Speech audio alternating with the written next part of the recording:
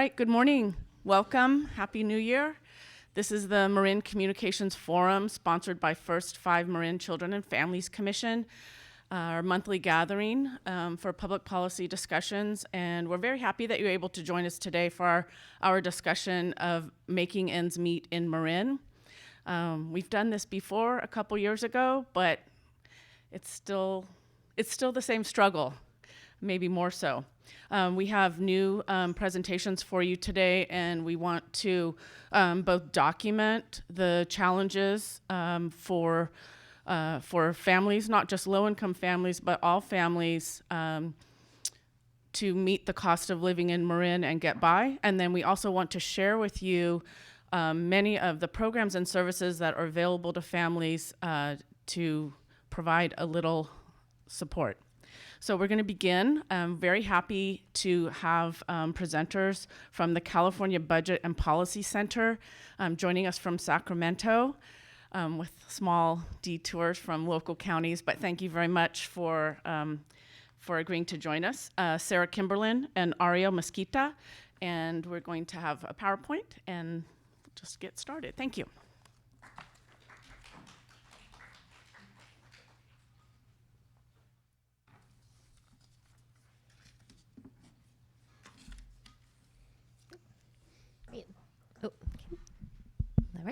Thank you so much, Michelle, and it's really such a pleasure to be here. Actually, I'm based in the Bay Area, although our office is in Sacramento, so I love doing presentations in the Bay Area. This is, and the cost of the issue of making ends meet in a place that's expensive as the San Francisco Bay Area is definitely an issue that is close to my own personal heart. So what I will be talking about today with my colleague Aureo is the cost of making ends meet in Marin, and some of the drivers of that and some of the ways that our policy choices can help address that. So I want to kick off by just summarizing some of the themes we'll talk about. Again, I'm going to first focus in on the different ways of thinking about the costs in Marin. The handout that Michelle passed out addresses this as well, but I'll talk through it as well. Then we'll switch over to talk about why is this, and how does this affect different families and communities differently. And then also, how can our policy choices make a difference? And then finally, I'll close with just a high-level overview of some of the policy proposals that are moving in the state policy context this year that are things you might want to keep an eye on and consider getting involved in. And then we'll move on to a broader discussion with the whole group of how this translates into the work that you do here in Marin and with the communities that you work with and what in your organizations here. So. To start off, how much does it cost to support a family in Marin County? At the Budget Center, we've taken a close look. There are a lot of different ways to think about this, but one of the ways that we look at it is through what we call our Making Ends Meet analysis, where we start by thinking about what are the different kinds of basic needs that different family types need to cover to make ends meet. So you need housing, you need shelter and utilities, you need food, you need childcare if you're a working family where the adults are off at work during the day, so then someone needs to take care of the children during the day. You need medical care, you need to pay your taxes, you need those other things that are basic necessities like clothing and telephone and those kinds of things, transportation. So what we've done is look at what is the cost of each of those basic needs in each of California's 58 counties. And we're talking about the cost of a modestly meeting those needs, not renting a luxury apartment, but renting an apartment at the fair market rent according to the Department of Housing and Urban Development. Not like the most expensive childcare placement, but what's the median cost of family-based childcare. So we're talking about median costs, and we're talking about what would be the cost without any public supports. And the purpose of doing this is just to draw attention to the fact that those public supports are really critical and important in helping people make ends meet, because the cost without any support from public supports or private resources, friends and family, it really can be overwhelming. So let's take a look at what that looks like in Marin. And this will be also on the handout you have, might be a little easier to see depending on where you're sitting. So the straight answer, which I know is not surprising to any of you in this room, is that the cost is really quite shockingly high. We've looked at it for a few different types of families. So this here shows for a two working parent family or a two-parent family with one adult working with one adult, so that family then does not have the cost of paid childcare. And it comes out over the course of a month to over $9,000 for a two working parent family, which comes to over $110,000 a year. And, you know, this is not what we think of as a modest income often when we talk about modest incomes in this country or even in the Bay Area. If we look at a single parent family, I mean, this is particularly challenging because there you have only one adult with the potential to be earning money to cover these costs, and the cost is over $100,000. And you'll notice that childcare is a very major expense, and of course, housing is a very major expense, given the particularly high cost of housing in Marin County. And so I should say that these estimates assume a family with one preschool-age child and one school-age child. But of course, if you have younger children, like an infant and a preschooler, then the cost of childcare is significantly higher. That would cost, with an infant and a preschooler, the childcare cost increases by about a third. So for a single parent, the total monthly cost would come out to more like $111,000.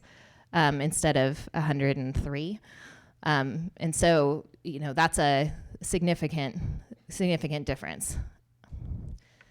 And I'll show this here too, just to sort of, again, bring home the point that as the differences in costs of childcare across different ages are very substantial. These costs here are showing costs in a licensed family childcare center, which is more expensive in general than a licensed family childcare home. A licensed childcare center versus a licensed family childcare home. But the point of this is to show that both infant care is significantly more expensive, you know, then preschool care is also more expensive than school-age care, that the cost of care is higher the younger the children are, and also that the cost of care is significantly higher in Marin than in other parts of California.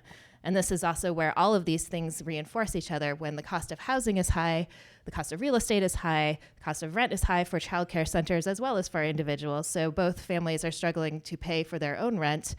Childcare workers need higher incomes to afford the cost to live in the community, and the childcare centers or licensed family childcare homes also need more income to be able to pay for the rent that they are paying or the mortgage that they are paying on their property where they're providing those services. So it all kind of reinforces to create, reinforce the struggles that families face in making ends meet. One of the interesting things about California in general, and particularly parts of California with characteristics like Marin in terms of cost of living, are that, you know, when we talk about economic hardship, we often frame it in terms of poverty rates or the official poverty rate. And then, of course, if you look at a community like Marin, incomes tend to be relatively higher in Marin compared to the national average. Of course, as all of you know, that's not true for every family in Marin or every worker in Marin. There are plenty of jobs that do not pay high wages in all parts of the state and in all parts of the Bay Area. But on average, incomes tend to be relatively higher. And so that means that the official poverty rate looks very low in Marin, right? This is the poverty rate in Marin compared to the poverty rate in California using the most recent data available from the Census Bureau. About 6% of individuals in Marin overall were in poverty, and about 4% of children. And that's much lower than the state average. But when we think about cost of living, you know, the income that is represents the official poverty line is far less than the cost of living in California in general, and particularly in parts of the state that have very high housing costs and very high childcare costs. So if you look at the income, these are 2017 numbers to be comparable across the cost and the poverty threshold. So in 2017, the official amount of income, the amount of income that a family could have to be right at the official poverty line, if you're a single parent with two children, was about $20,000, just under $20,000. You know, And of course, we just saw the cost of a basic needs budget is $103,000. So what this means is, if you have an income that's at the official poverty line, that buys you about half of an apartment in Marin, right? With no money left over to pay for food or clothing or childcare or your taxes or transportation or all those other things. So when we talk about something like the official poverty measure in a place like Marin and really in California more broadly, there's really a big disconnect between how much you need to make ends meet and what it means to live in poverty. If you have an income that's actually below the official poverty level, that's a very, very serious level of struggle that you are experiencing to try to make ends meet. So there are other ways of measuring poverty or thinking about economic hardship so that better take account of differences in cost of living. So this slide, for example, shows poverty is measured under the California poverty measure. It's a California version that's similar to the supplemental poverty measure, if any of you may have heard of that, which is produced by the Census Bureau. It basically is similar. It improves upon the official poverty measure by doing things like accounting for differences in the cost of housing, and also by accounting for things that aren't measured in the official poverty measure, like resources from CalFresh or from the Earned Income Tax Credit or these other things that are not just cash that shows up in your bank account. So when you look at poverty accounting for cost of living and these other factors, then you can see a much more realistic picture of the situation in Marin County, where you see that under this measure, Marin's poverty rate is just slightly lower overall than the state average, and it's a little bit higher for children. Because, again, so many people struggle with the high cost of living, and that's a primary factor that drives the increase in economic hardship when you account for those things.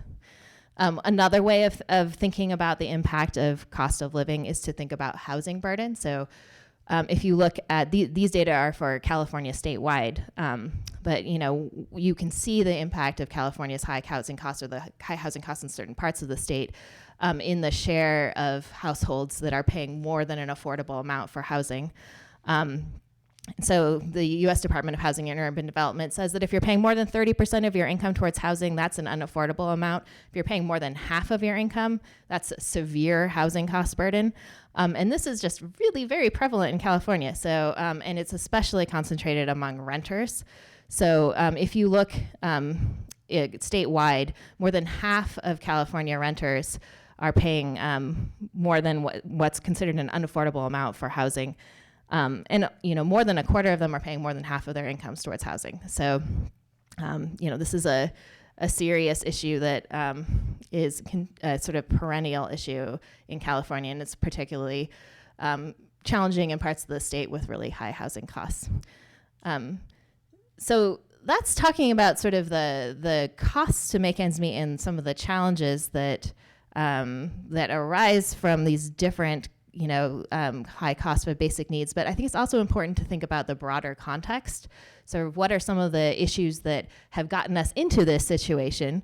And it's also helpful, I think, for helping to think about what are some of the ways that we as a state and as individuals and organizations within the state can push for policy choices and make policy choices that can help address these issues and try to point us in a different direction. So I'm going to now hand it over to my colleague Aureo to share some of the information from an analysis that he and I and some of our other colleagues at the Budget Center worked on that look at some of those issues.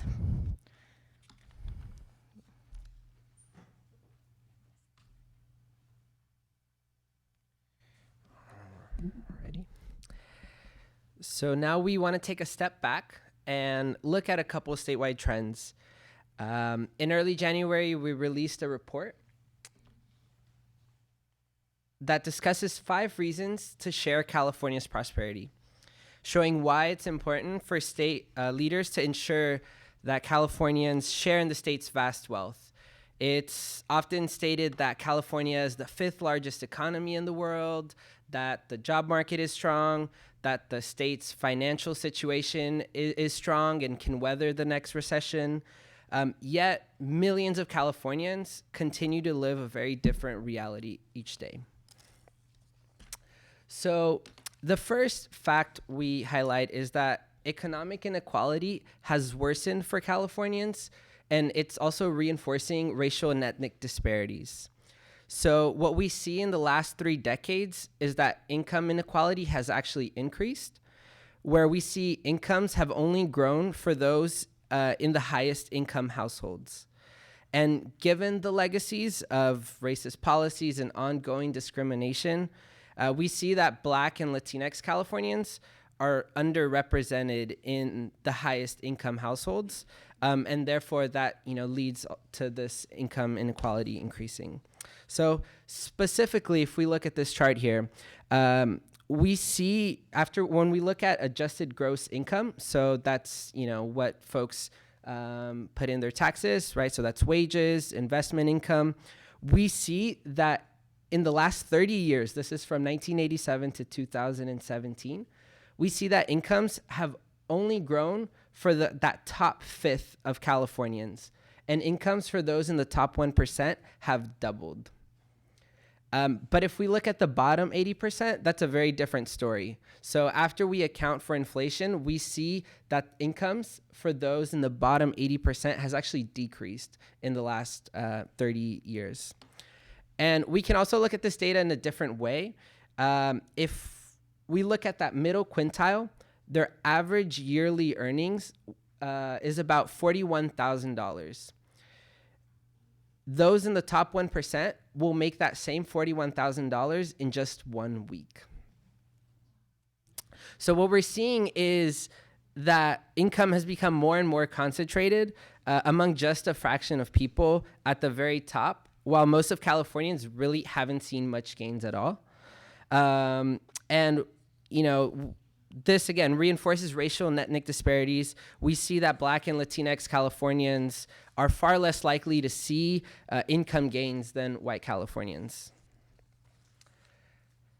And we also see that in spite of California's vast wealth, child poverty remains high. Almost 1 in 5 children in our state live in poverty. And so that's 1.8 million children that are living in families that are struggling and can't afford to meet their basic needs. And a vast majority of these children are living in working families, right? And so that means that their wages, that their pay isn't enough to cover costs, especially when we look at some of the items that Sarah mentioned, housing costs, for example. So this chart here breaks up child poverty by race in the state. And what we see is that particularly Black and Latinx children are living in poverty at a much higher rate than white Californian children.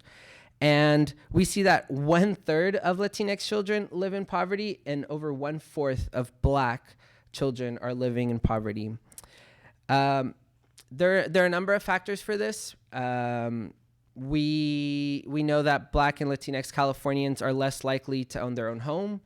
They're less likely to have other forms of wealth, retirement accounts, savings, which could help them offset, financial setbacks. And we also know that they're far more likely to be paid lower wages and experience financial strain paying for housing costs. So we know that 2 in 3 Californians who struggle to afford housing costs are Californians of color.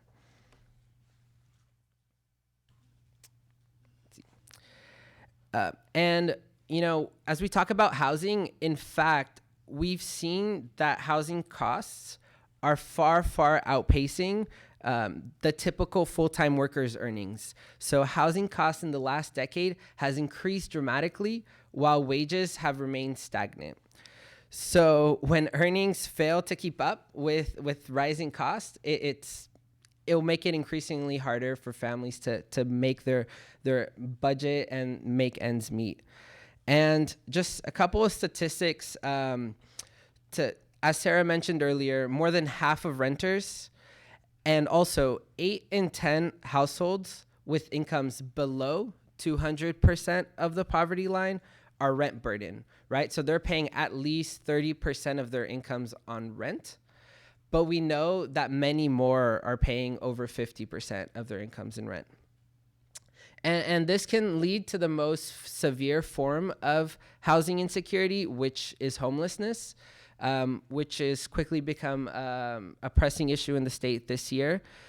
And the last data by the Department of Housing and Urban Development showed that over 150,000 Californians residents were homeless in their last count, and the vast majority of them are unsheltered. So as housing has become a big issue in the state, the governor has made it a priority. This chart begins to tell that story of what's going on. So if we look at the last decade alone, so this is from 2006 to 2017, this blue line, we see that median household rent has increased by 16%.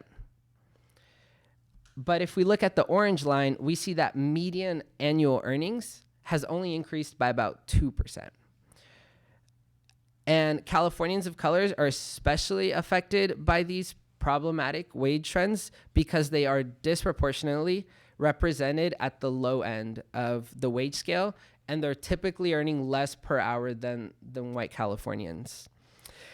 And another just thing I'd like to point out in this chart, if we look at 2014, we see that there was some increase, right, in earnings, that orange line.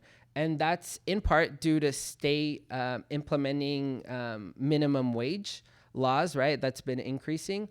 But as you can see, it's still not enough. And the disparity between median household rent is still, huge.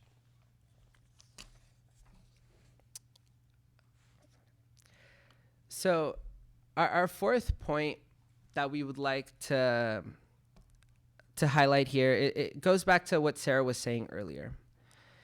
It's important for us to recognize that all of these challenges have serious consequences for people's well-being and their future. When families don't have enough resources to cover just their very basic costs, they're forced to make decisions about which needs to cover and about which needs to forego. So they may be forced to go without adequate food. They may choose to leave health problems untreated. They may rely on unsafe or unstable childcare, or as we mentioned, even fall into homelessness. So these experiences have serious consequences for their health, for their children's health, their long-term educational and economic outcomes. And what we want to highlight here in our fourth fact is that really economic insecurity has serious consequences.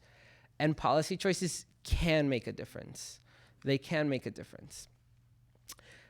Earlier, and I think y'all have a handout as well, of different budgets for different household compositions in Marin County.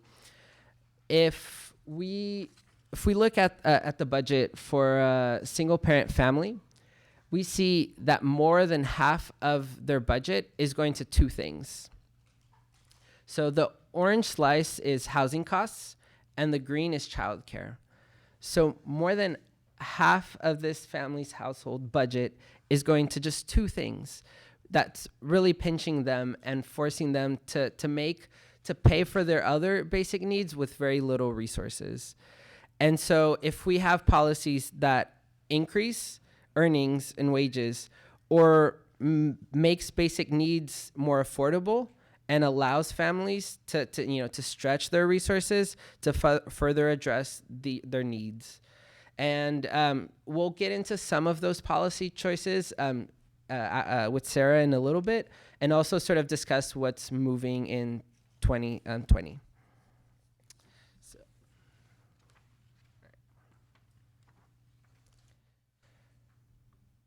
So for our final fact that we'd like to highlight from our report is we want to highlight that California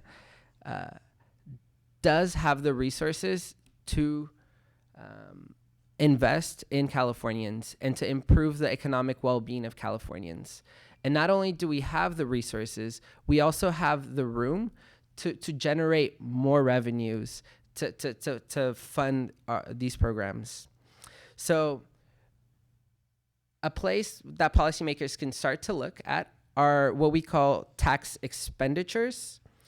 And basically, tax expenditures are tax breaks that are given to individuals or to businesses. And essentially what they do is they reduce the revenues available to the state. So this is money that the state doesn't even get to see and allocate in whichever way thinks best. So a place that Californians can look at is reevaluate these tax expenditures for fairness, and to really see if they're effective and if they're meeting their intended purpose. So this graph shows that the state loses in tax expenditures over $60 billion each year. So in 2019-2020 fiscal year, it's estimated that California will lose around $63 billion to tax expenditures. And this is over 40% of the state's general fund. So the state's general fund, that blue bar, is what the state is the pool of money that they have to allocate and to fund the state's priorities. And so these 63 billion are money that the state doesn't even take in to allocate. They're just lost. And many of these tax expenditures are primarily benefiting higher income households, which actually exacerbates the income and wealth inequality that we discussed earlier. And also, many of these are targeted to businesses and really have questionable purpose or really questionable effectiveness. So while most of it goes to higher income folks, there's a portion that does go to working families, right? So we have the California Earned Income Tax Credit, and now we have the California Young Child Tax Credit. So when we look at those two credits, we see that of the $63 billion, $1 billion is going to those who most need it. So only $1 billion of those $63 billion are going to working families, are going to our children and to those who most need it.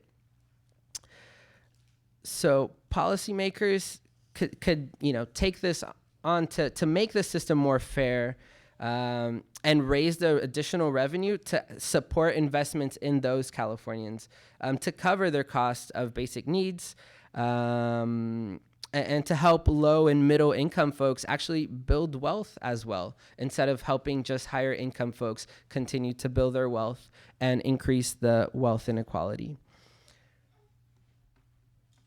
And a last point I want to make on tax expenditures is that they're essentially on autopilot, which means that these $60 billion in revenues aren't even on the table when policymakers are sitting down to decide the state budget and to decide which priorities to fund. So at a minimum, these costly tax breaks could be debated each year alongside other proposals when the state is deciding what to fund or what not to fund. Many of these go without any sort of evaluation for years. They're just renewed and they just go on and on and on each year. So ultimately, the state has the resources to do better for its residents and also has room to raise more revenues to support Californians. So now I'll give it over to Sarah, who will discuss some of these policy choices and also discuss sort of what's moving this year in 2020. Thank you.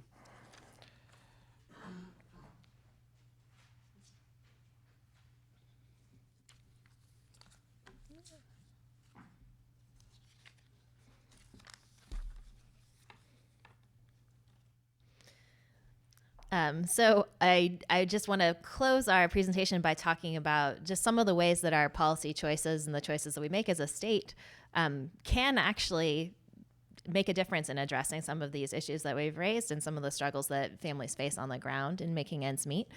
So I want to talk first about just sort of the general types of policies. And I'll say first, I will be focusing here particularly about state level policies, but of course local level, because that's the primary focus of the California Budget and Policy Center. But a lot of these policies are implemented at the local level. There are also local level policies that make a difference. And of course, there are actions that community-based organizations and individuals can take that reinforce these kinds of policies or that otherwise help individuals make ends meet. So I think we'll have some opportunity to discuss more broadly the local context after this presentation too. So, but I will talk first here about the state level issues that are moving this year, just to give you some more context about what's happening there. So first, just in terms of thinking about the types of policies that can really make a difference in helping families make ends meet, I think it's sometimes helpful to think about the kind of categories of policies. So policies that increase families' incomes, it's clear this anything that gives families more money in their pockets to pay for their basic needs, especially in a flexible way, where they can identify where their own family has expenses that they need to pay and plan their own budgets, I think is a particularly powerful policy for addressing these kinds of needs. So these are policies that are like things like expanding the California Earned Income Tax Credit or the Young Child Tax Credit in terms of who is eligible to access it, or how much individual families or individuals receive from it. Also federal tax credits. There are similar federal tax credits that work in a similar way, like the federal earned income tax credit. Policies also that promote worker rights and protections to ensure that that workers are being paid fair and adequate wages, and that have protections for their jobs and for their well-being in case of disability or unemployment or those kinds of things. These are also policies that can make a difference. And then also access to effective workforce development and training, so that individuals have the opportunity to access job opportunities that pay living wages. These are all the kinds of policies that can help families increase their incomes.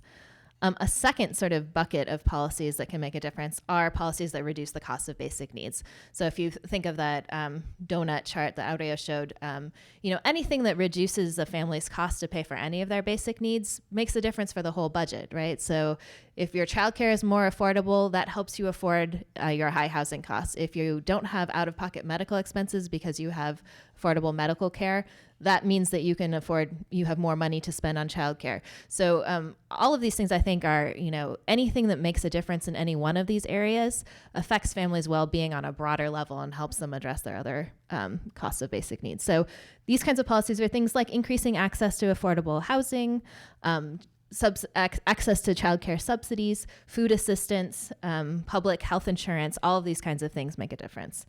And then a final kind of set of policies that can help families make ends meet are just policies that intervene early to address family emergencies. So before families fall into, when they are beginning to experience a crisis, rather than after they have fallen fully into a full-blown crisis that is more costly in terms of their personal outcomes and in terms of the cost to pull themselves out again. So these are things like increasing access to homelessness prevention, increasing access to legal aid to deal with emergencies and those kinds of things. So I will just finish with a very high-level overview of some of the key policies that are being discussed in the state capitol this year. And I will talk about these in very high level, but if anyone has questions or would like to discuss further, either afterwards or one-on-one, we'd be happy to talk. And I would also encourage all of you to look at the California Budget and Policy Center recently published what we call our first look analysis. So the governor issued his budget proposal for this next fiscal year in January, or earlier this month. And so we have a report on our website that really goes through that full budget and talks about each of the proposals that are included in there. So that will have more detail. But some of the key issues to look at this year. The California Earned Income Tax Credit and Young Child Tax Credit. There's not a lot that was proposed by the governor on that issue this year, but the Cali ITC Coalition of Advocates is really focused on on one particular issue with respect to this credit, which is ensuring that all immigrant families are able to access the credit. Currently, the way the credit is structured, every individual on the tax form is required to have a Social Security number valid for work. And of course, as I'm sure many of you recognize in this room, that excludes a lot of low-income working families from benefiting from these important credits. And this is one of California's primary policies that helps boost the incomes of low-income families. And the Young Child Tax Credit in particular targets, it's available to families who have children under age 6. So we know that there are just tremendous benefits to making sure that children in those early years have adequate resources for their families to make ends meet. And there just are a lot of, there's a lot of research showing that their outcomes over the long term will be much better if they are growing up in families that have more adequate resources. So this is not only an important investment for those individuals, but also for the state as a whole. So that's one issue to watch. A second issue is CalWORK, so the Welfare to Work grants. I know there's conversations happening this year about the time limits in that program. So restoring longer time limits and expanding the flexibility for parents who are participating in CalWORKs to have time, an adequate amount of time to address barriers to work and to build their skills. So that's another issue to watch. A third one is childcare subsidies. So the governor's proposal includes a significant increase in state preschool, but not a significant increase in state-funded subsidies for infants and toddlers. And we know, from the slide I showed earlier, that's where actually, the younger the children are, the higher the cost of childcare, so the bigger the struggle it is for families to afford those costs. So this is an area that where there could be more that the state could be doing to help make that affordable. And then finally, a final proposal I'll highlight is on the issue of homelessness. This has been a big focus for in the state in general and for the governor. So there is a major proposal in the governor's budget this year that would create invest more money in preventing and addressing homelessness. So he has proposed creating a $750 million California Access to Housing and Services Fund that could be used for a variety of things, but including things like rental subsidies and rapid rehousing and promoting the development of more affordable housing units. So that's definitely an issue to watch as well. And as I said, we have much more detail on this and many other proposals in our analysis on our website, and we can also talk more afterwards if you'd like. And so just to finish, I just wanted to say that just to summarize what we've talked about today, we've talked about how families in Marin face very high costs to meet their basic needs. And some of the drivers of this and some of the ways that putting this into the broader context, we've gotten here because housing costs have been rising at the same time that earnings have not kept pace. And inequality of incomes has been increasing in California over the past 30 years. This is a long-term trend. And Californians of color are disproportionately affected by all of these trends. So this is an equity issue as well.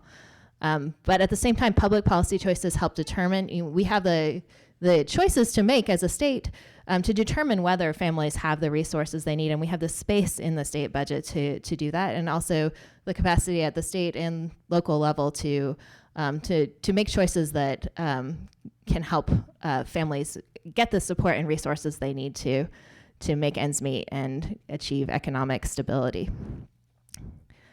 I always like to close with a slide that shows that we are, just to remind myself and everyone that we are talking about impacts on real people and families, that these are important issues at a sort of abstract state policy level, but they also have concrete effects in the lives of children and parents and individuals in our communities. And so I will close with that. I will also encourage you, if you are not already on our email list or haven't looked at our website, we have a email sign-up sheet here, and we have a lot of resources on our website as well related to all of these issues. So thank you.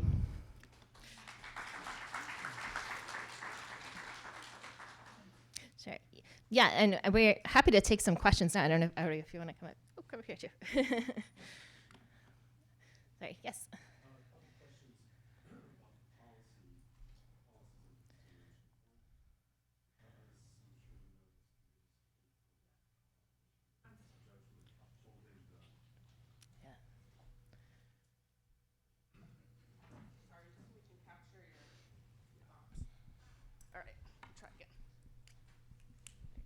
So yesterday there was a Supreme Court decision upholding the public charge restriction on immigrants. Would that affect also these policies about the taxation policies under consideration in California? Would they be considered exclusionary in that sense? In other words, immigrant families taking advantage or benefiting from those that kind of tax relief. And second, what kinds of housing, public housing policies are being considered? I mean, you talked about this in relationship to homelessness, but what are the, what strategies are being considered, and what levels of funding are being considered? Great. Sure. To talk first about the public charge issue, this is definitely, we are at a time right now where there have been a lot of these types of proposals at the federal level that have a really significant impact in California in particular, especially there's been across many different policy areas, but immigration in particular, because we are a state that is overwhelmingly comprised of families that include immigrants, right? So, this is half of California's workforce are immigrants and children of immigrants, for example. So, I will say in terms of the specific Supreme Court decision about the public charge rule, first of all, we have an analysis on our website that looks at this issue that you might be interested in looking at. I'll say tax credits are not included in the programs or the supports that are counted under the official public charge definition. So that's good, because that means that families, first of all, can if California makes the choice to extend the state tax credits to include families that are currently excluded, that will have no effect on any kind of public charge determination. However, one of the big issues with the public charge rule is that there's just a lot of, understandably, fear and confusion about exactly what counts and what doesn't count, and who it applies to and who it doesn't apply to, and whether it might change in the future, and then that could affect people's future opportunities to access, to get green cards or address their immigration status. And so because of that, there's what we call the chilling effect, which means that families and individuals are afraid or aren't sure, and so if they're eligible to, or if this will impact them, so they don't access supports that they are actually eligible for, or that their children are eligible for, or family members are eligible for. And so, in that way, the rule, however narrowly it's defined, it has a much broader impact than what's officially in the rule. And so this is one of the reasons why it's really particularly issue with a particular impact in California.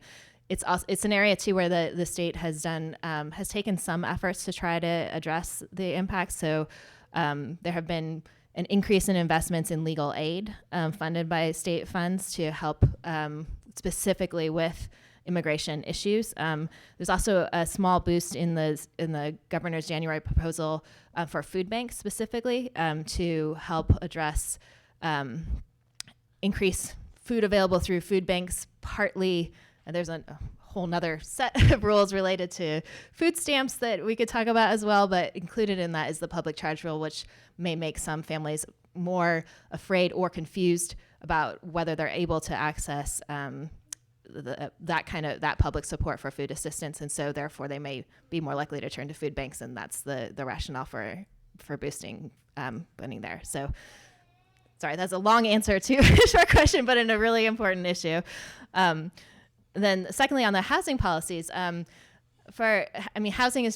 is a huge issue in California, and one of the things we always say at the Budget Center is, I think it is important to understand it's a complex issue. There is no single solution to it, so it's important to have a variety of different approaches that both help us address the housing challenges we have over the long term by increasing the supply of housing, and particularly the supply of housing that's affordable to individuals with lower incomes, and that also help people meet the need that they have right now, where they can't wait for an affordable housing unit to be built because they need to pay the rent this month.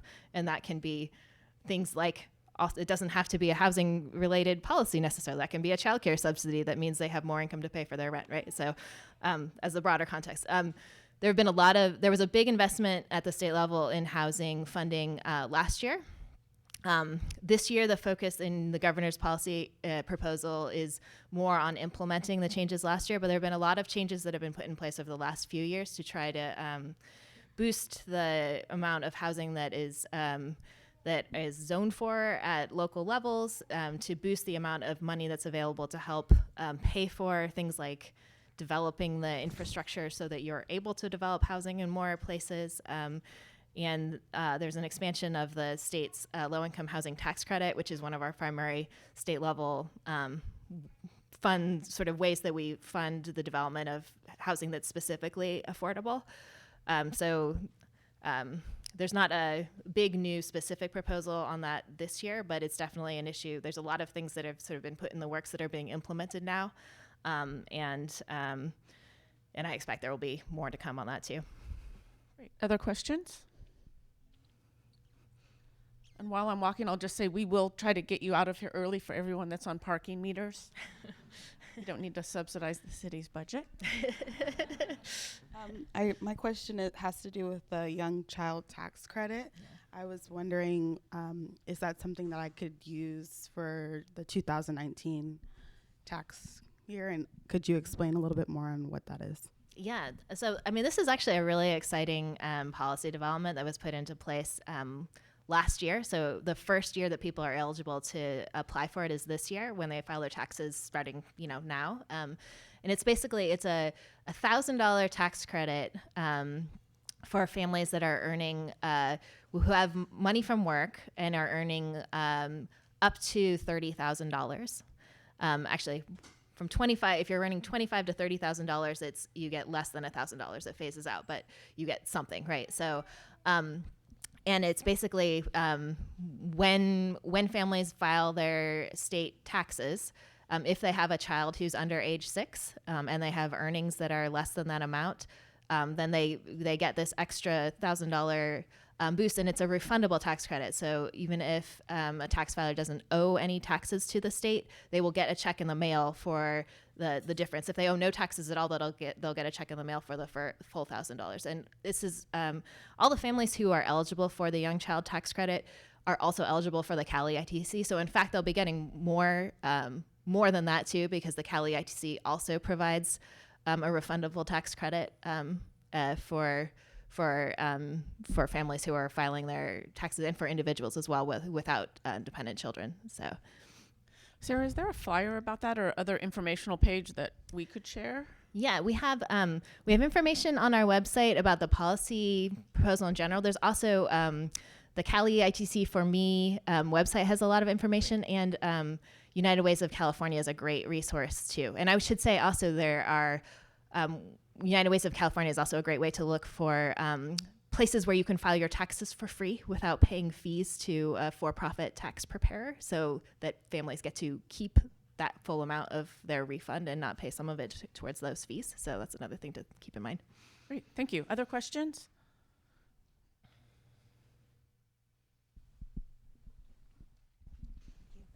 I was wondering about if you could give more detail about the tax breaks that are given to the high-income households and businesses. Like, where does the income level have to be in order to get those breaks?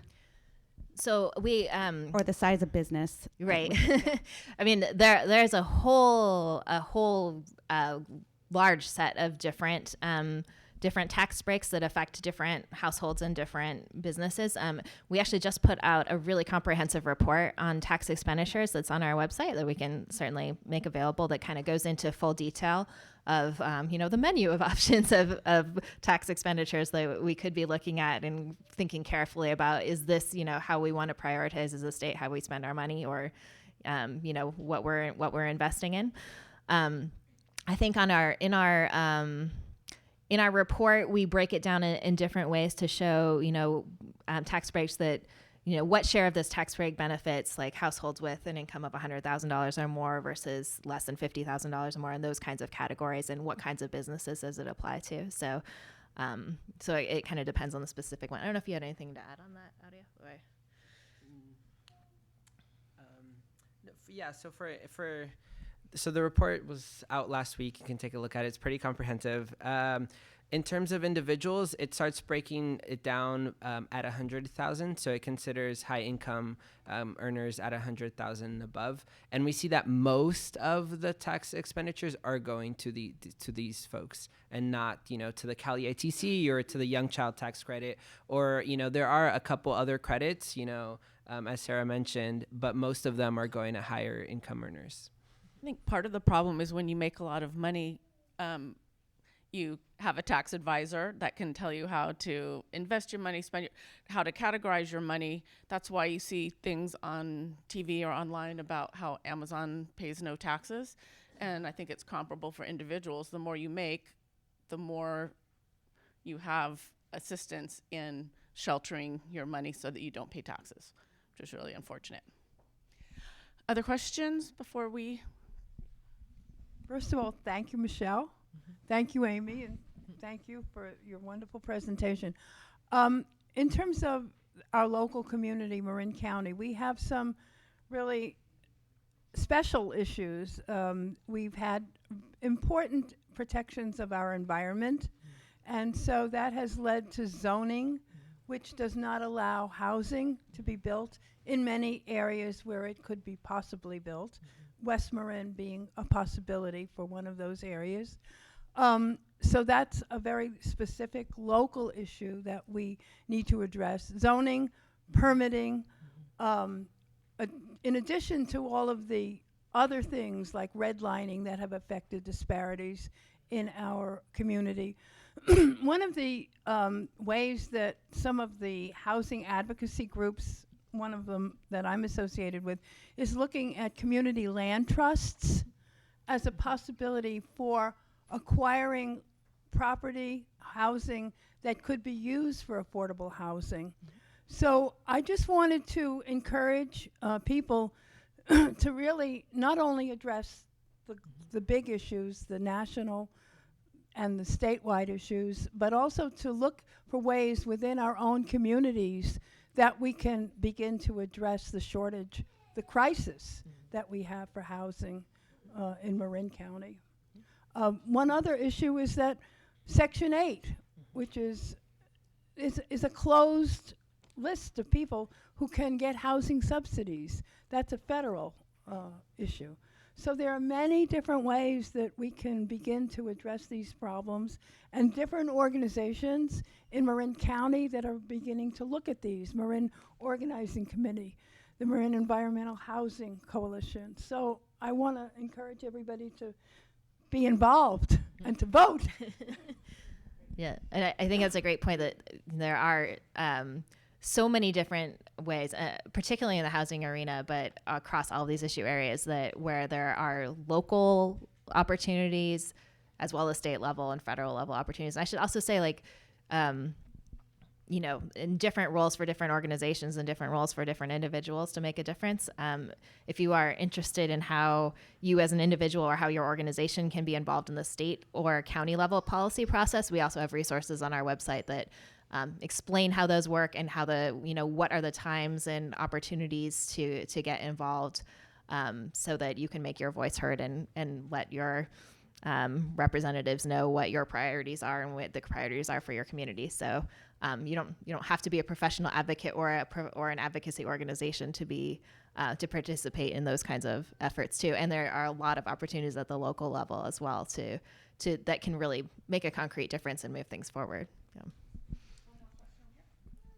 On the other end of the age spectrum in Marin, our fastest growing demographic is 80 plus, and we have a lot of seniors that must continue working because of the cost of living. Whatever pension they had or 401k does not cover what the cost of living is now. And I have a specific question because my mailbox has been flooded lately with cards about the Earned Income Tax Credit. Who's sending those out?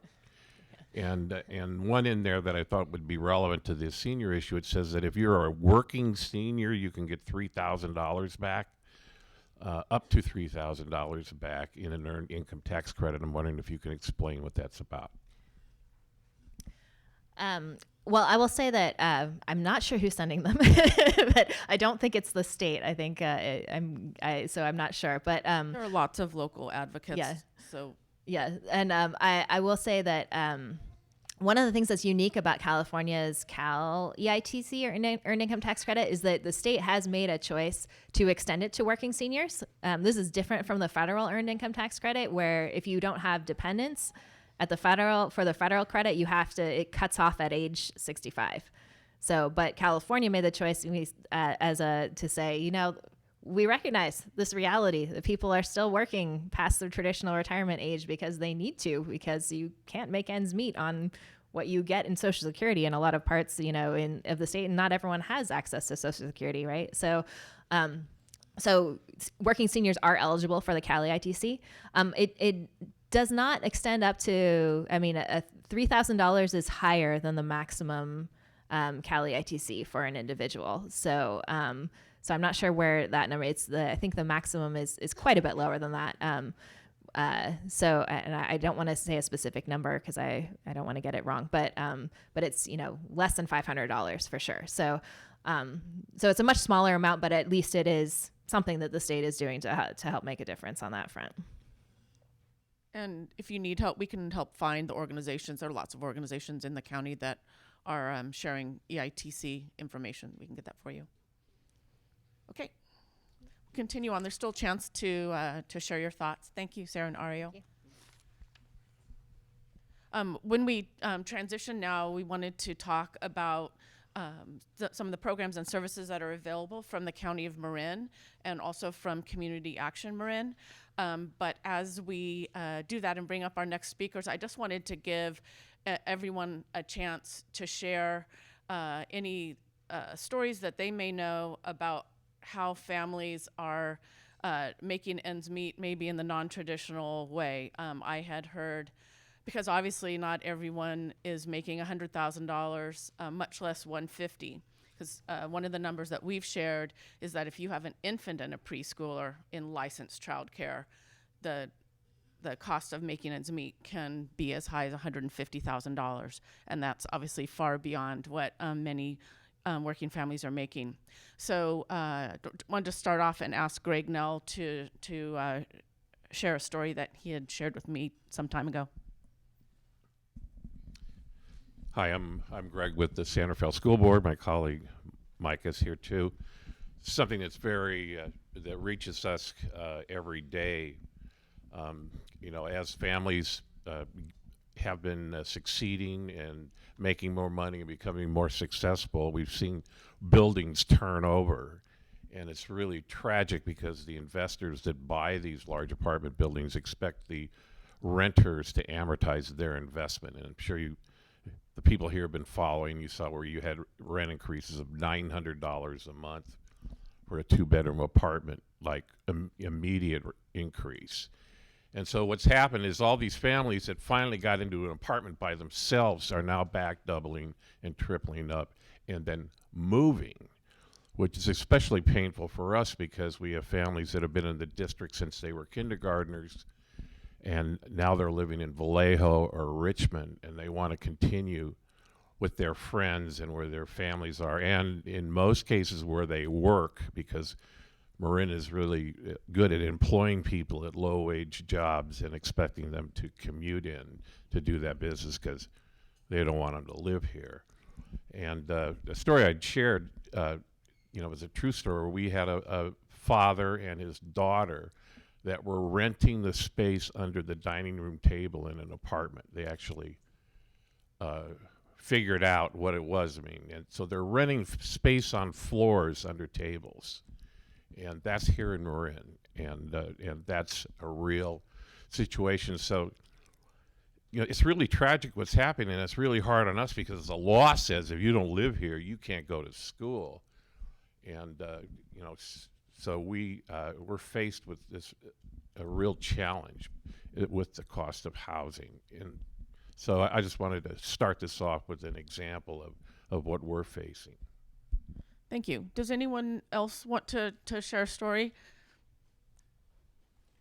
Obviously, it takes a lot of cleverness to figure out how to pay cost of living. Yes, it does.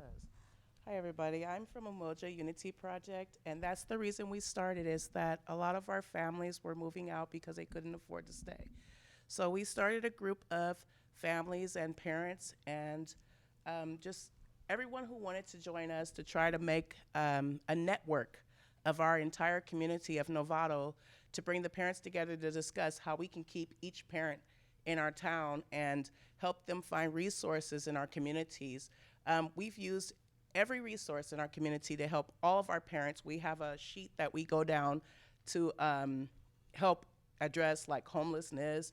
If they need food bank, we know what days all the food banks are. We know how to get there. We have one parent who can pick up for another parent. We have parents who babysit for each other. But this is all for Novato area. But we're trying to get expanded and get other areas in Marin County. But we find that it's really working. We had specifically a family who came to us from a domestic violence situation, and through all of the disabilities going on in her family, she was unable to find not only housing, but she didn't have any resources. Coming to our group, there was a family there who had resources on where she can go for food, where she can go for clothing, because mind you, they came with nothing, where she can go for clothing and how she can get on the housing list a little bit quicker, getting her numbers, so forth and so on. As of a couple days ago, she signed her lease. She's moving in. She has food. We're working on networking her with some other agencies to get furniture. This is just one of a few that we have helped over the last 2 years, though we just signed our nonprofit in December. So we're very proud of what we're doing, and we hope that the rest of Marin can open up to, answering some questions when we call. If we call and say, hey, this is your agency, what do you have? If you could just answer questions and let us know, we can network our families and get more families independent and on their own. So that's our goal, and we hope that everybody, will be supportive. Thanks.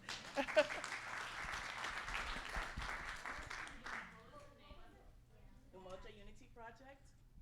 Multi-unity. No, Umoja. Which Umoja means unity. Yes. But Yes. the reason we did it is because it's not a unity with just our parents.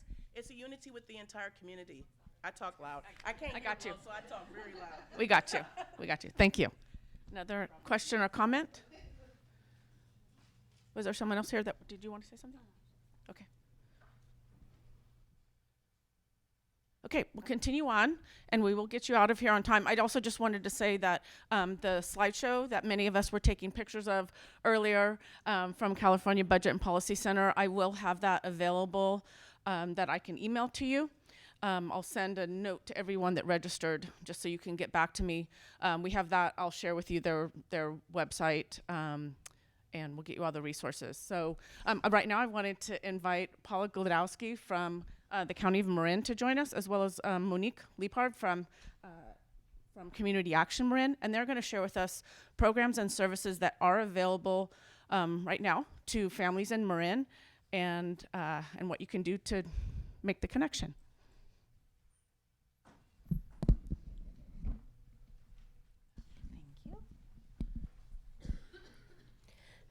Good morning. I'm Paula Glodowski, and I'm a division director within Health and Human Services with the County of Marin. I was asked today to come and speak with one of our great community partners, Community Action Marin. As you guys have been hearing today, this is really a large, large challenge that we are facing. And it really takes a patchwork, like you're referring to, from policy wonks up at the state capitol who are really helping drive the legislative pieces of this, to government agencies such as the County of Marin, where we're often the recipients of that funding and provide those mandated safety net services, to our community partners, and then to boots on the ground. And all of us working together, hopefully in the next year or two that we do this, we will be able to shift some of those data points. So the County of Marin Health and Human Services Department is a branch of local government. We have about a $700 million budget, mostly from state and federal allocations. Some of the same programs that the Policy Center was talking about, including CalFresh, Medi-Cal, CalWorks, Welfare to Work. We also do public health, so we're doing disease tracking, nutrition services. We're doing home visiting initiatives with public health nurses. And we also have our behavioral health services. It's another branch, another division within Health and Human Services, where we're providing services, medication management, treatment, and all the way into prevention. As you know, the opioid epidemic in Marin County has been addressed through our public health department.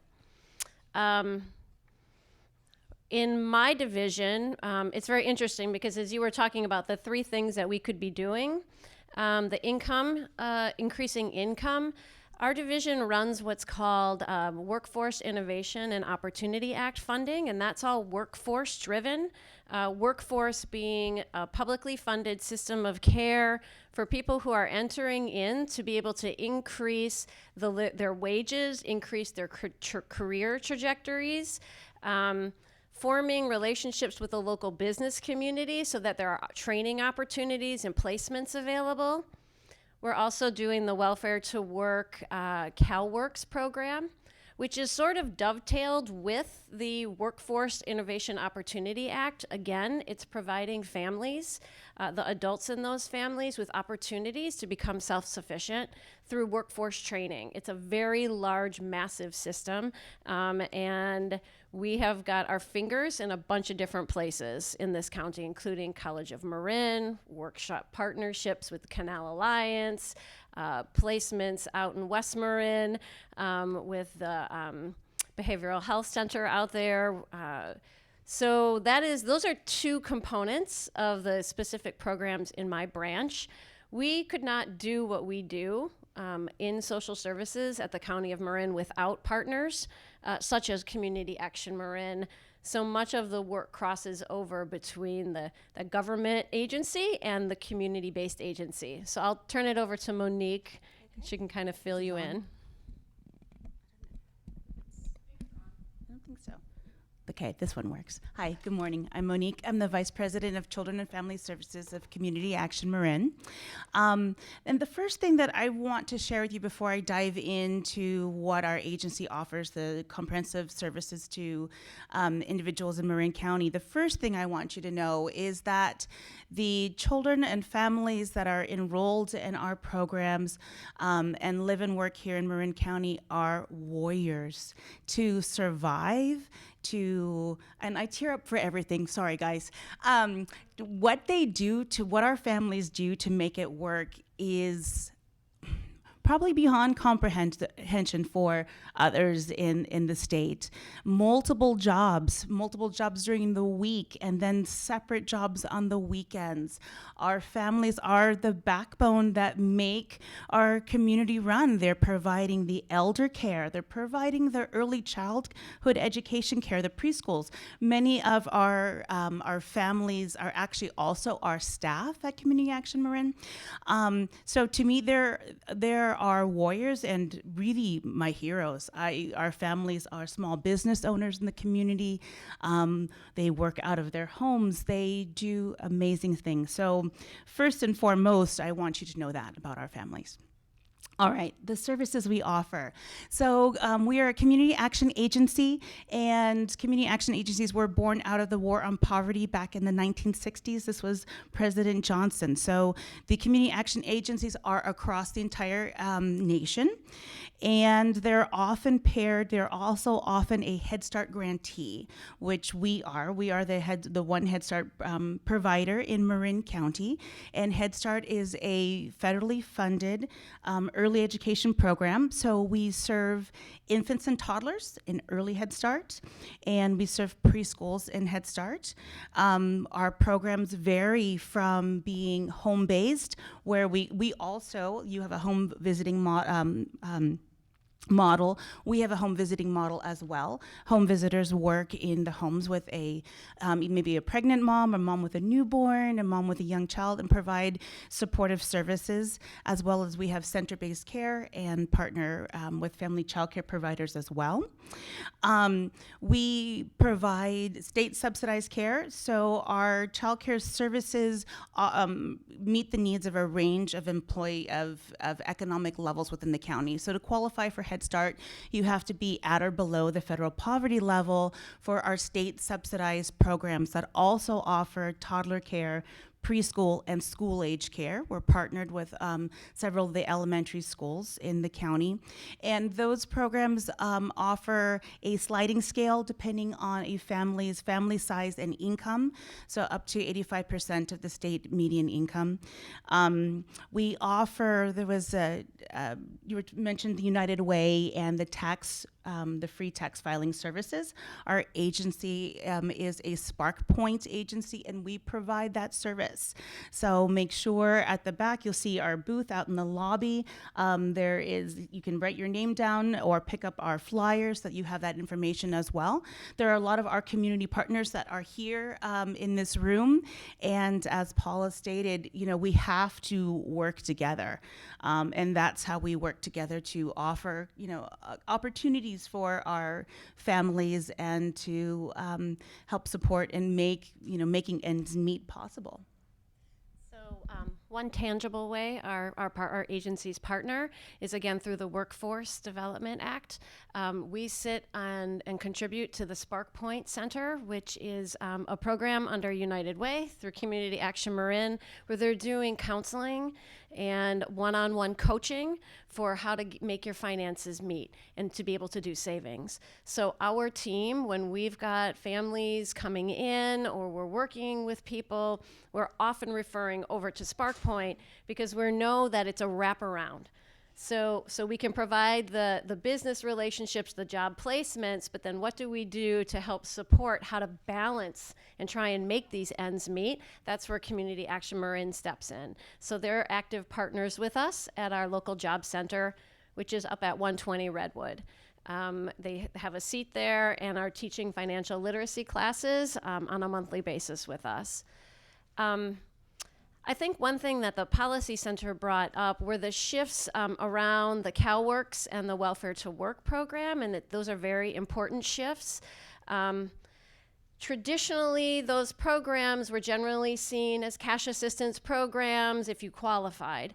Under our state leadership, we're really trying to redesign those programs so that they're hitting the core of poverty and second generation poverty. So that means having childcare subsidies available. One thing that was just implemented in October of this year, it's called Continuous Childcare Subsidy. The state legislature recognized that if someone wasn't in compliance, if a parent wasn't in compliance with their work requirements, that taking a child out of childcare was not helping the family and was punishing the early care and education of that child. So in October, a new rule went into effect, which we immediately implemented. Once you are enrolled in child care subsidy through the CalWorks program, it's continuous for 12 months until you're moved over into stage 2. And it's interesting because I think we sit in this room as providers and policy and, the fiscal agents of these dollars. How does this play out for a family who is finally in the workforce, who suffers a setback? This means they do not have to worry about their child care subsidy going away and losing their slot. That child will remain in care, and then they will be able to sort of keep working to overcome whatever barrier has been facing them. It is a huge relief for families living right on that edge to be able to hold that child care subsidy. So again, for me, I've been in the field a very long time. This is my 24th year in the Bay Area in local government, social services. And when you hear policy and then you actually get to experience it impacting families in a positive way, it's very inspiring. So again, that's one way it sort of translates through to local action. Similarly, with our state-funded childcare, Marin County, we're part of a pilot county where we, along with San Mateo, Solano, counties have come together that are the state contractors and have what am I trying to say? Have fought for eligibility, the same issue that Paula just shared with families getting some stability and then losing their child care services. As a state contractor, families initially, the eligibility was as soon as that they had a change in their education, they changed their classes, or they had a change in their economics situation, that they would have to then, their eligibility for child care services would have to be redetermined. We, as part of a pilot county, now have a 24-month eligibility, which again allows families to increase their earnings without losing their child care. So it's another support. It's not, the final answer, but it's a support that families have 2 years of not having to worry that they're lifting themselves up and then they're going to lose their child care, which had been the case. Are there any specific questions? I think probably we could talk forever, both because of the passion and because of the amount of topic available. My question is, a lot of our families are looking for childcare and have new babies, such as my daughter, and just getting help with childcare. And when we try to reach out into the community, we wind up having, like, myself, I'm disabled, but I can help, like, babysit for a couple hours one child, and then we do that. We kind of network with each other because there's been no openings at the Child Care Council. yeah, there's been no openings there. So I'm like, are we gonna get more slots there, or how can we do that? Or is there something we can do as a community network to try to help with that, or to do anything to make that happen? We needed that. It's desperately needed. There are slots available. We are always taking enrollments. We do have slots open in particular areas of the county. We have slots in Nevada. We have slots at one of our sites in Marin City. So there are, the challenge is in Central San Rafael. That is like the demand for childcare. We recently did an enhanced community assessment, and through that assessment identified that the greatest need for care, there's two parts. The location is in San Rafael, and it's for infants and toddlers. So that is really tough. We are looking at something happening in the future of a possibility to expand to another facility, and with a focus on infant and toddler care. But currently, right now, it is tough to get into San Rafael. In other areas of the county, we do have slots. Please put your name on the list at our booth. The other area of childcare demand is for school-age care. That's huge. That is huge. And that also comes to a facility issue, that there's a greater demand for care than we have the slots that we can offer. This school year was the first time that we had to turn away children because there simply wasn't the space. So there was a recognition of we need the facilities, and that is where partnering, coming together with community organizations that have facility space and working together, then we can utilize those slots. We actually have more funding than we have the space for. So that's where that networking and working together is essential. There's also opportunity for workforce development in this area, as we're looking at career pathways from early childhood education all the way through teaching and teaching assistants. So the County of Marin has partnered with Marin Community College and also the board, the San Rafael School Board and Office of Education, to be working with families who and people who are willing to be providing that, to put them on a career path. There are certificates that can be obtained, and then through a small business association, there are links and learning that can happen in order how to open your own childcare facility. So I think it's really hitting it on a multi-pronged approach, right? We need to be increasing the workforce participation, growing careers, at the same time growing incomes, and meeting the need for childcare in this county. There's also a proposal in the governor's budget right now, and as we know, that's got to go through a few more iterations, but there's a proposal to actually, right now, childcare at the state level is bifurcated across 2 state agencies, making it very complicated.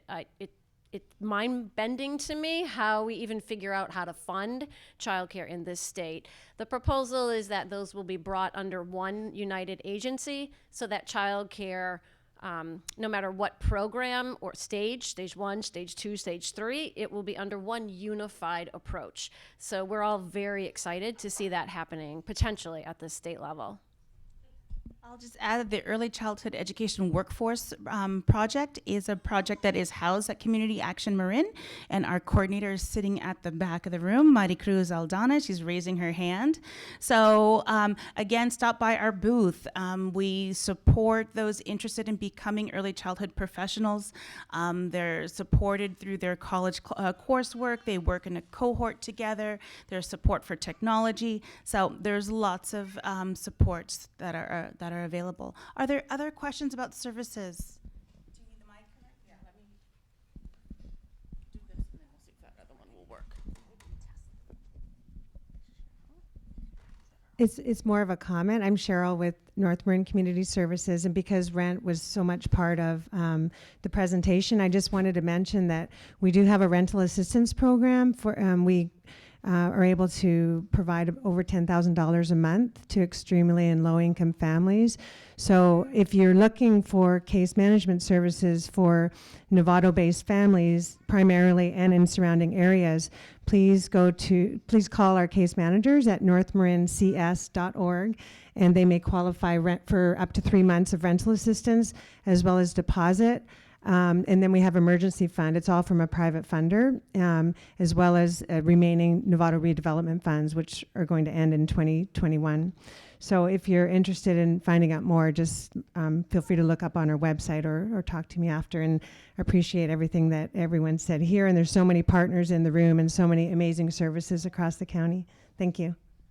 Thanks, Cheryl. And I'd be glad to share a website page about that, either by email or on our Facebook page as well. I think see if that one was working. To try once. Testing. Oh, we got it.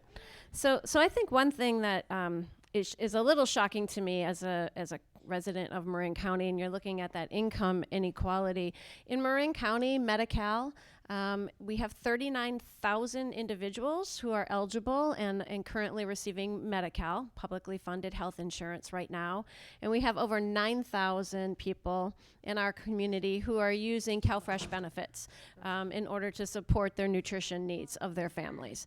In a county as wealthy as Marin, I think those numbers are actually shocking. And the beauty is that we are seeing those numbers and we are able to identify which pockets of communities. The Health and Human Services recently did a strategic planning process to be really honing in on the data to look at those discrepancies and disparate treatment of communities to see where the pockets of poverty lie. And a big piece of our equity plan moving forward is to be using that information to really hone in on where we need to be serving communities more effectively. So that is a big push that we're in right now.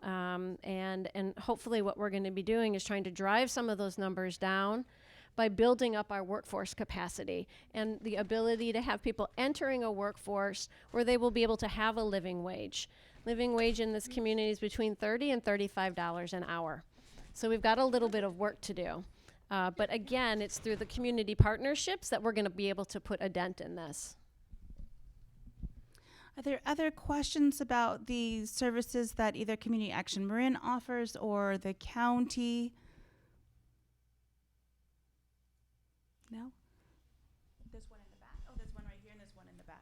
Okay. The question is that I had is in terms of childcare subsidies, they're only available in specific sites, so that if there was a childcare program that was not a designated site, but they were eligible families, they wouldn't be able to access the subsidies? Well, child care subsidy is a complex world. Our programs at Community Action Marin, we are state contractor directly with the California Department of Education. But a family can also qualify for a subsidy where the family chooses if they're going to go to a family child care provider or a private child care center if they accept those subsidies. So it's a complex world. Marin Child Care Council is a great resource for the subsidies. There was a question in the back. I just wondered if you're in this particular program is going to be, is being recorded, and if it's someplace where someone else who couldn't have been here at this hour could access it. Because I just happened upon this today, and I just happen to have a day off, but I work retail, and I wouldn't have normally been able to be here. But I feel like it's really important for people to get this information in the evening time, and many other alternate pieces of information, like at the various event places, like whether it's the Marin County Fair or wherever else. Sorry. The fact is, I think I'm probably talking loud it's for enough. the recording. Oh, okay. So I just think it's really, really important. I work with many of the different communities about all these different subjects. I did get here late, but I do have a lot of information and knowledge about your services because I have an individual in my house that utilizes a lot of them, but I work in the community, deal with homeless people, deal with people with addiction, work with the Marin Organizing Committee, and I do want to put a plug in about people making an effort to use their right to vote now, because a lot of this is going to be a big issue this year, and I hope that people are going to make an effort. I won't say anything about any candidates. I'm just going to say, if you don't exercise your right to vote, and if you don't educate yourself about everything that's going on here, then you're really going to struggle about this. And I have to say, even myself, because I work in retail, I have a contract that's coming up right now. The thing is that we were offered a 40-cent raise for the following year, and then 50 cents the next year, and then 40 cents again. A local retailer that is different from where I work is paying 70 cents for a contract that's coming up, 70 cents more an hour this year. And it's kind of like, it's insulting to me, but the fact is that I don't want to disparage my company at this moment. If you want to talk to me later one-on-one, I'll tell you about it. But the bottom line is that I'm even worried about the fact that I'm going to have to educate people that if I have to go on strike to vote for the fact that I want 70 cents more an hour so I can live here as a single adult, I don't have it, but I empathize. Some of you know me in the community. I empathize with everybody's plight here. I grew up here. I grew up in Terra Linda, and I'm watching all the different areas. I work in San Anselmo. I'm all through this county. I have a finger on the pulse of what's happening with a lot of what you've shared about, but I want to make sure that you really hear me loud and clear. I think the word has to get out, and if this is being recorded, that this need to be somehow out there where people can access it in a way where if they can't be here at this time, that they could watch it at 7 o'clock at night when they're getting off work, or whenever, 11 o'clock, because many of the people, yes, have 2 and 3 and whatever jobs going on around here now. Thank you. And we are recording. First 5 Marin will post this on our website. We'll put it on our Facebook page, and the Marin Communications Forum will share it as well. So the event for today's gathering, Making Ends Meet in Marin, on Marin Communications Forum Facebook page, we'll have that front and center for that. Anyone else have any comments or last thoughts to share?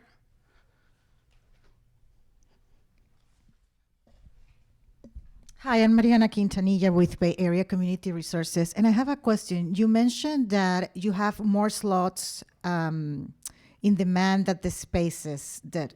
So, are you talking about school-age kids, or are you talking about preschool? And how many are those slots that you have available and you cannot give because of a lack of a space? So this has to do with our state contracts. So we receive funding for more than we have the facilities for, and so that funding is that we have 2 different contracts for our infant, toddler, and school age is under one contract, and preschool is on another, and in both of those areas, in order to maximize in our contract that we're allotted, we need more facility space. So how many spaces could potentially have for school-age kids in Marin County? We currently have 200. We could add another 100. Yeah. Yeah, absolutely. But there are things in the works. Facilities is a tough issue for early childhood education, school age care across the state. If it's expensive to have facilities. The facilities that we do get usually are retired elementary schools where there are some delayed, renovation and repair issues that have been neglected. So we don't. As a whole, our state doesn't make the investment into high quality early education facilities. I know that is a priority for our governor, though, and there is money for facilities in the pipeline. So that's a recognized issue across the state. It's just the lack of space, which is also why there is a need to support our family childcare providers. And these are women, generally women, in their homes. They're professional educators, and supporting them to be able to develop their business and provide high quality early education and care. Thank you for that question. Okay, anything else? Well, thank you. I want to thank everyone for coming to the Marin Communications Forum today. And Paula and Monique, thank you so much for all the information you shared. So again, we'll be posting and sharing the video of today's event. I have the slide deck from our first presenters that's available. And we'll continue to share information from the California Budget Policy Center's website, as well as from the county and from CAM.